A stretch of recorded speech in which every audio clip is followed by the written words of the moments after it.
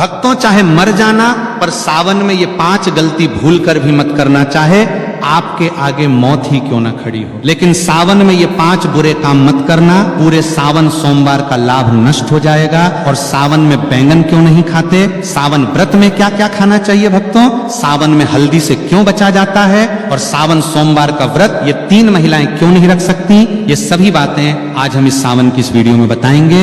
लेकिन उससे पहले कमेंट बॉक्स में भगवान शिव जी का जयकारा लगाते हुए हर हर महादेव जरूर लिखें, लाइक जरूर करें। भगवान शिव जी की भक्ति का यह सफर बहुत ही अद्भुत है, इसलिए इस वीडियो को एक पल के लिए भी छोड़कर मत जाना, क्योंकि शास्त्रों में लिखा है कि अधूरी जानकारी हमेशा सर्वनाश का कारण ही बनती है।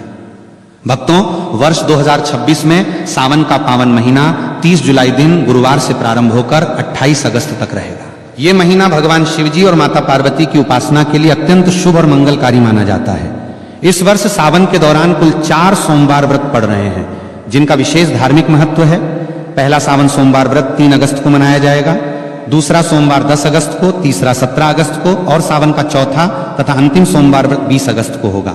सावन का समापन 28 अगस्त 2026 को हो रहा है, जो कि रक्षाबंधन का पर्व है। इसी दिन बहनें अपने भाइयों की कलाई पर रक्षा सूत्र यानी राखी बांधकर भाई बहन के अटूट प्रेम और विश्वास के त्योहार को मनाएंगी। सावन का पहला दिन यानी 30 जुलाई भगवान श्री हरि विष्णु की कृपा प्राप्ति के लिए भी बहुत दुर्लभ और शुभ संयोग लेकर आ रहा है। पौराणिक मान्यताओं के अनुसार सावन के पूरे महीने में शिव भक्त शिवलिंग पर जल और बेलपत्र अर्पित करके सुख समृद्धि, सौभाग्य और दीर्घायु का आशीर्वाद प्राप्त करते हैं। ये समय सुहागिन महिलाओं के लिए अखंड सौभाग्य के नियमों का पालन करने और मंगला गौरी व्रत के माध्यम से पति की उन्नति की कामना करने के लिए सबसे बेहतर माना गया है। अतः 30 जुलाई से शुरू होने वाले इस पवित्र माह में श्रद्धा, नियम और पूर्ण सात्विकता के साथ महादेव की शरण में जाकर कोई भी भक्त अपनी हर मनोकामना पूरी कर सकता है। सावन का महीना कोई साधारण महीना नहीं है। ये ब्रह्मांड के रचयिता, पालनकर्ता और संहारक साक्षात देवों के देव महादेव का काल है। हमारे हिंदू पंचांग के अनुसार जब भगवान विष्णु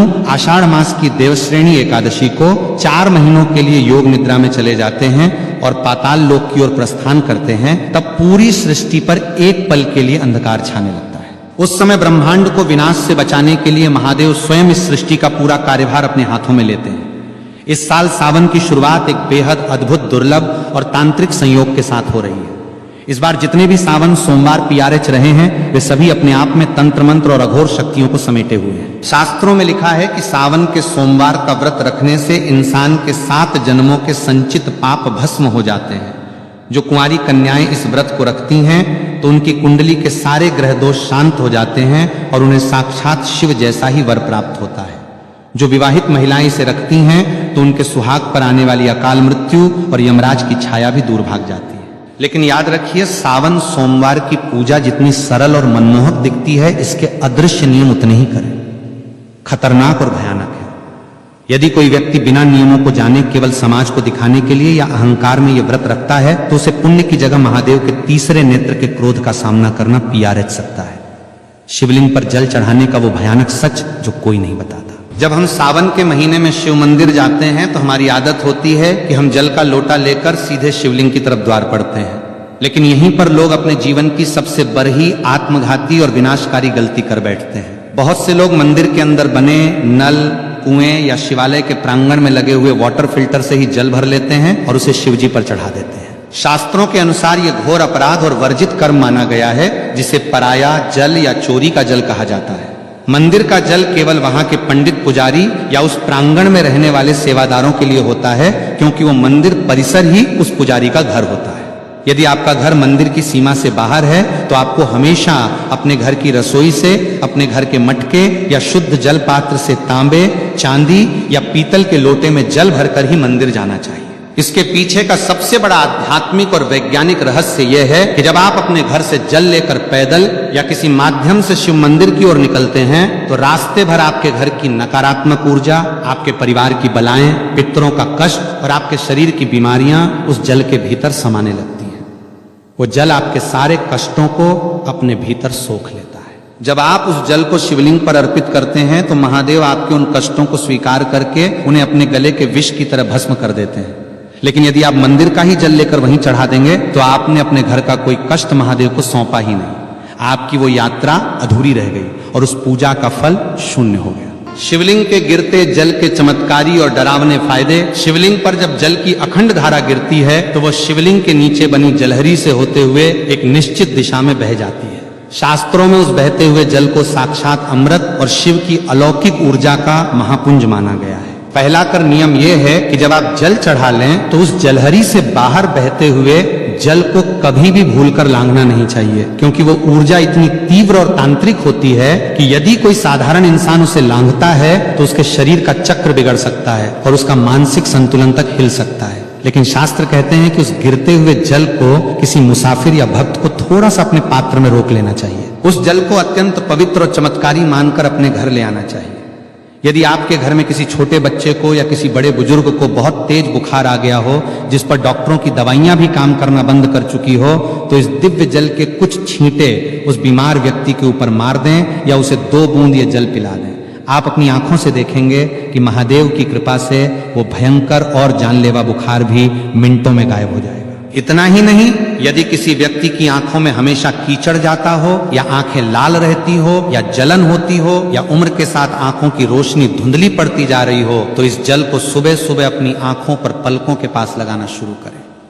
धीरे धीरे आंखों का सारा भयंकर विकार दूर हो जाएगा और आपकी आंखों की रोशनी इतनी तेज होने लगेगी कि बरही से बरही बीमारी महादेव की कृपा से पूरी तरह साफ और चमकदार हो जाएगी। महाउपाय बेल की जरेज का ताबीज, तंत्र काट और खान पान का करहा पहरा।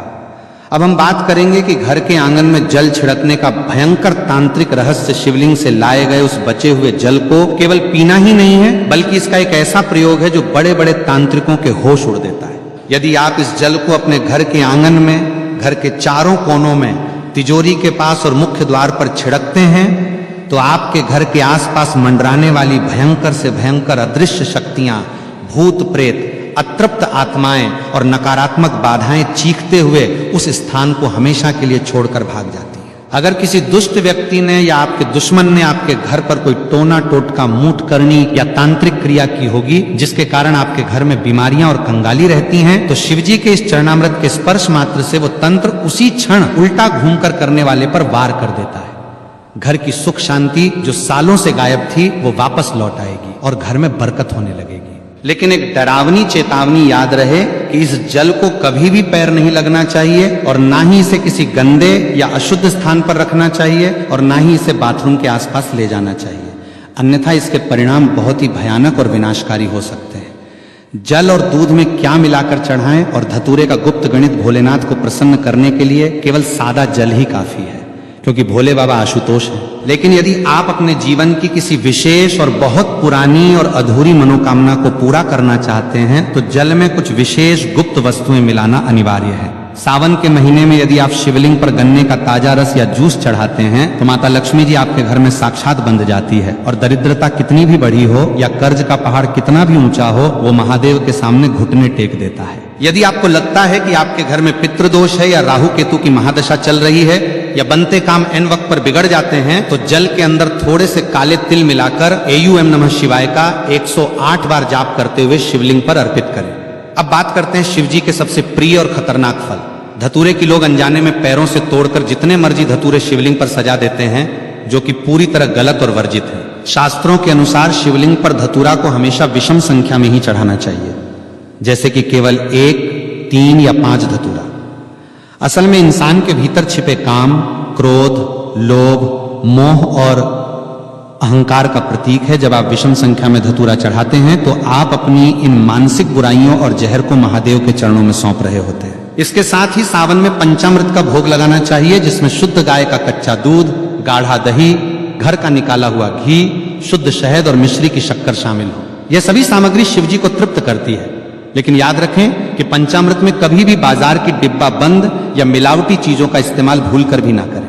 व्रतधारियों के लिए तो दूध पीने की सख्त मनाही का वैज्ञानिक और धार्मिक सच सावन के महीने में व्रत रखने वाले भक्तों को एक ऐसी गुप्त बात का ध्यान रखना चाहिए जो अक्सर लोग अनदेखा कर देते हैं और बाद में पछताते हैं। यदि आपने सावन सोमवार का व्रत रखा है या पूरे सावन के नियम का पालन कर रहे हैं तो आपको भूल कर भी दूध का सेवन नहीं करना चाहिए। इसके 2 बहुत बड़े और ठोस कारण हैं। पहला कारण पूरी तरह धार्मिक है। सावन के महीने में दूध पूरी तरह से भगवान शिव को समर्पित होता है, क्योंकि समुद्र मंथन के समय निकले विष के कारण उनके कंठ में जो भयंकर जलन हो रही थी, उसे शांत करने के लिए सभी देवताओं ने उन पर दूध और जल चढ़ाया था। जो चीज सीधे भगवान को अर्पित की जा रही हो, उसे व्रतधारी स्वयं ग्रहण नहीं कर सकता, इसे उच्छिष्ट या दोष माना जाता है। दूसरा कारण वैज्ञानिक और डरावना है। सावन में चारों तरफ भारी वर्षा होती है जिससे जमीन पर अजीबोगरीब की माकोरहे फंगस और जहरीली घास उगाती है। जब गाय और भैंस इस घास को चरती हैं तो वो विषैला तत्व उनके दूध में भी आ जाता है। सावन के दिनों में इंसान की जठराग्नि यानी पाचन शक्ति बहुत कमजोर होती है, इसलिए इस समय दूध पीना साक्षात पेट की भयंकर बीमारियों और विष को न्योता देना है। ये दूध केवल छोटे बच्चों, असहाय बुजुर्गों या भयंकर रूप से बीमार लोगों को ही दिया जाना चाहिए, क्योंकि उनके जीवन की रक्षा के लिए शास्त्रों में विशेष छूट है। एक स्वस्थ व्रतधारी अगर सावन में दूध पीता है तो उसका व्रत तत्काल प्रभाव से दूषित और खंडित हो जाता है। कुत्तू के आटे का डरावना सच की है मकोरहे और व्रत टूटने का भय। व्रत के दौरान लोग फलाहार के नाम पर कुत्तू के आटे की पूरियां, पकौड़ियां, पराठे या हलवा भरे चाव से खाते हैं और सोचते हैं कि उन्होंने बहुत पवित्र भोजन किया है। लेकिन क्या आपको पता है कि बाजार में मिलने वाले कुत्तू के आटे में एक ऐसा डरावना रहस्य छिपा है जो आपके व्रत को पूरी तरह नष्ट करके आपको नरक का भागी बना सकता है। कुत्तू का आटा काफी समय पहले पीसकर बोरियों में बंद करके रखा जाता है, जिसके कारण नमी पाकर उसके भीतर बहुत ही बारीक, सूक्ष्म और छोटे छोटे कीड़े मकोड़े पैदा हो जाते हैं, जिन्हें बिना गौर किए नग्न आंखों से देखना नामुमकिन सा होता है। यदि आप बाजार से पैकेट या खुला आटा लाकर बिना उसे अच्छी तरह जांचें और बिना बहुत बारीक छलनी से छाने सीधे तेल में तलकर इस्तेमाल कर लेते हैं तो अन्न जाने में आप उन सैकड़ों जीवित जीवों और कीड़ों को भी पकाकर खा जाते हैं। शास्त्रों में साफ साफ लिखा है कि व्रत के दौरान यदि आपके पेट में एक भी कीड़ा या जीव चला गया तो वो मांस भक्षण यानी मांस खाने के बराबर माना जाएगा। जैसे ही आपने अनजाने में भी उस मांस रूपी की को खाया तो आपका व्रत उसी क्षण पूरी तरह टूट गया और आपको व्रत के पुण्य की जगह जीव हत्या का भयंकर पाप लग गया और आपका मानस पूरी तरह अपवित्र हो गया। इसलिए जब भी कुत्तू के आटे का प्रयोग करें, लेकिन उसे पहले धूप में सुखाएं और बारीक छलनी से 3 बार छानें और पूरी तरह आश्वस्त होने के बाद ही खाएं। व्रत में नमक के नाम पर केवल और केवल शुद्ध सेंधा नमक का ही प्रयोग होना चाहिए। साधारण समुद्री नमक का एक दाना भी व्रत को नष्ट कर देता है। बेल के पैरे की झड़ का ताबीज और अदृश्य शक्तियों का परछाई नाश सावन के महीने में बेल पत्र का महत्व तो बच्चा बच्चा जानता है, लेकिन बेल के पैर की जरज में जो तांत्रिक, सुरक्षात्मक और अलौकिक शक्तियां होती हैं उसके बारे में कोई नहीं बात करता।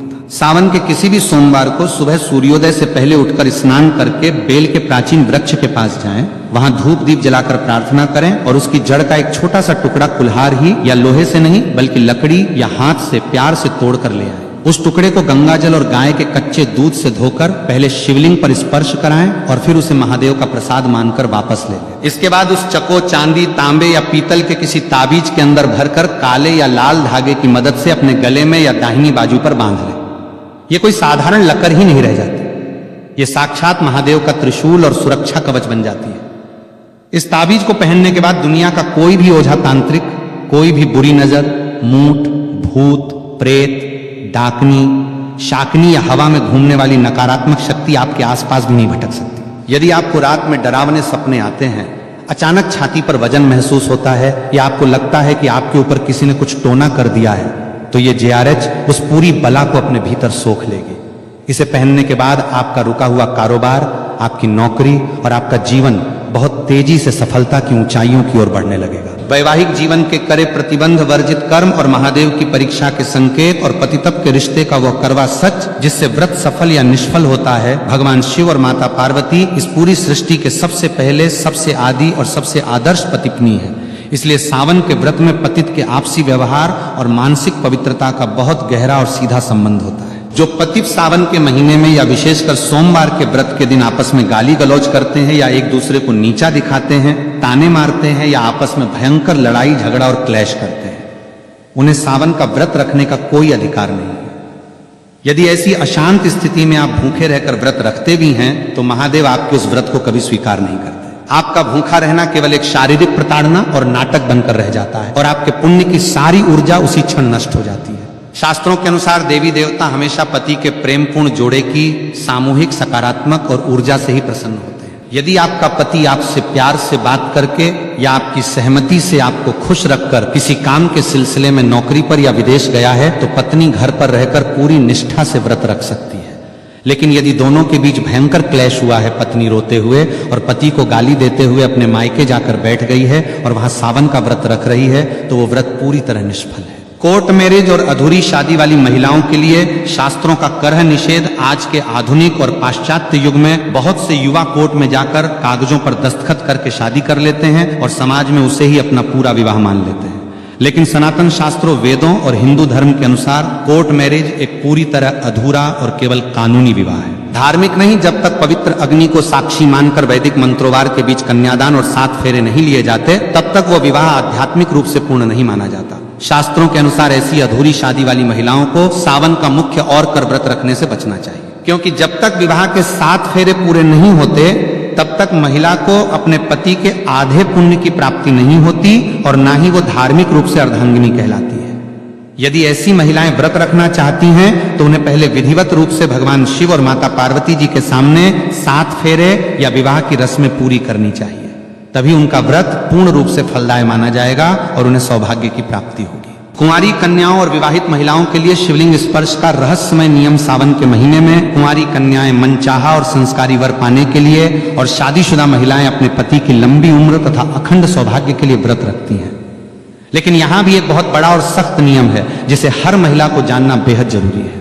कुंवारी कन्याओं को पूजा करते समय भूलकर भी शिवलिंग का सीधा स्पर्श नहीं करना चाहिए। इसके पीछे का रहस्य बहुत ही गहरा है। शिवलिंग साक्षात महादेव की निराकार, अनंत और अत्यंत तीव्र ऊर्जा का केंद्र है। कुंवारी कन्याओं का शरीर और उनकी आंतरिक ऊर्जा इस तीव्र ब्रह्मांडीय प्रभाव को सीधे संभालने के लिए तैयार नहीं होती, जिससे उनके जीवन में अनजाने में मानसिक अशांति या स्वास्थ्य संबंधी समस्याएं आ सकती हैं। कुंवारी कन्याओं को हमेशा माता पार्वती की मूर्ति या शिवलिंग के नीचे बनी जलहरी का स्पर्श करना चाहिए और दूर से ही जल अर्पित करना चाहिए।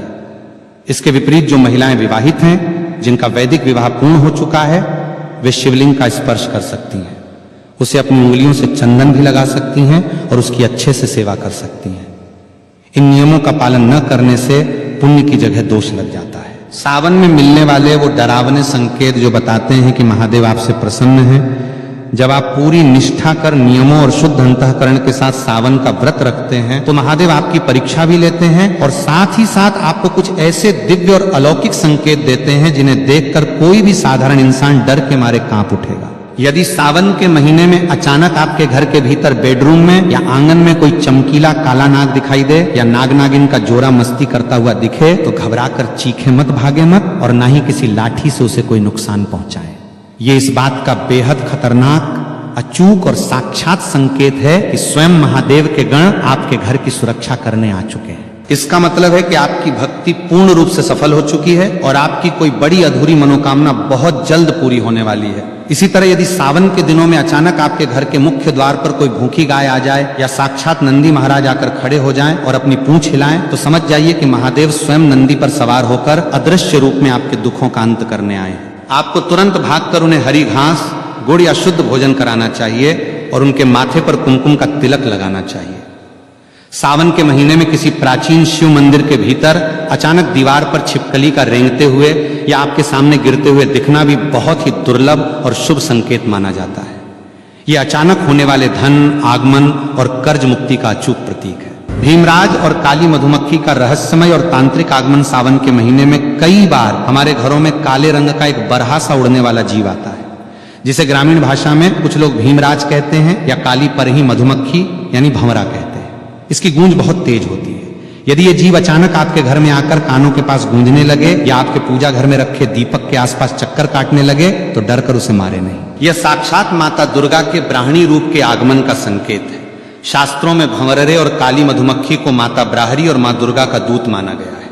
इसका घर में आना इस बात का अकाट्य प्रमाण है कि आपके घर पर जो भी भयंकर तंत्र मंत्र, मूठ, नजर दोष या अलावला मंडरा रही थी उसे माता दुर्गा के दूतों ने स्वयं भस्म कर दिया है और अब आपके घर में सुख, समृद्धि, वैभव और असीम शांति का वास होने वाला है। महादेव को 56 भोग या सोने चांदी के बर्तनों की आवश्यकता नहीं है, वे तो केवल सच्चे भाव और जल के भूखे हैं।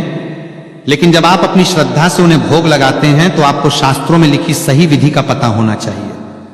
सावन में शिवजी को कभी भी बाजार की मिलावटी केमिकल युक्त या खोए की कृत्रिम मिठाइयों का भोग न लगाएं। यदि आप बर्फी का भोग लगाना चाहते हैं तो वो घर पर शुद्ध दूध से बनी खोए की होनी चाहिए और भूलकर भी उसमें चांदी का वर्क नहीं लगा होना चाहिए, क्योंकि चांदी का वर्क बनाने की प्रक्रिया में कई बार अशुद्ध और वर्जित चीजों का प्रयोग होता है जो महादेव को क्रोधित कर सकता है। शिवजी को दही का भोग लगाना अत्यंत शुभ माना गया है। खासकर सावन के तपते और उमस भरे मौसम में दही पूरी तरह से ताजा होना चाहिए। खट्टा खमीर उठा हुआ या बासी दही शिवलिंग पर चढ़ाने से घर में क्लेश और बीमारियां बढ़ती हैं। पंचामृत बनाते समय दूध, दही, घी, शहद और मिश्री को एक निश्चित पवित्र अनुपात में मिलाएं और उसे तांबे के बर्तन में कभी न रखें। तांबे के पात्र में दूध या दही रखने से रासायनिक प्रतिक्रिया होती है और वह पंचामृत जहर के समान एसिडिक हो जाता है, जिसे शिवलिंग पर चढ़ाना पाप है। पंचामृत के लिए हमेशा पीतल, चांदी, कांसे या मिट्टी के पवित्र पात्र का ही प्रयोग करें। समुद्र, मंथन और हल्लाहल विष की वो पौराणिक कथा जिससे कांप उठी थी। पूरी सृष्टि सावन के इस पावन, अलौकिक और डरावने एपिसोड के अंत में आइए सुनते हैं वो अमर पौराणिक कथा जिसे सुने या पढ़े बिना सावन का कोई भी व्रत, सोमवार की पूजा या उपवास कभी पूरी तरह फलदायी नहीं हो सकता। सतयुग के दौरान जब देवताओं और असुरों के बीच अमृत की चाह में ऐश्वर्य और अमृत प्राप्ति के लिए क्षीर सागर में समुद्र मंथन किया जा रहा था, तब मंदराचल पर्वत को मथानी और नागराज वासुकी को रस्सी बनाया गया था। एक तरफ देव थे और दूसरी तरफ दानव मंथन की उस तीव्र और भयंकर प्रक्रिया से अचानक समुद्र के भीतर से एक गहरा, काला, खौफनाक और अत्यंत विनाशकारी धुआं निकलने लगा। ये कोई साधारण धुआं नहीं था। यह साक्षात हलाहल नाम का महावश था जो ब्रह्मांड का सबसे खतरनाक जहर था। उस विष की गर्मी और जहरीली लपटें इतनी खतरनाक थीं कि तीनों लोकों के प्राणी तरह तरप कर मरने लगे। देवताओं के मुकुट पिघलने लगे, वनस्पति सूखने लगी और असुरों का दम घुटने लगा और पूरी सृष्टि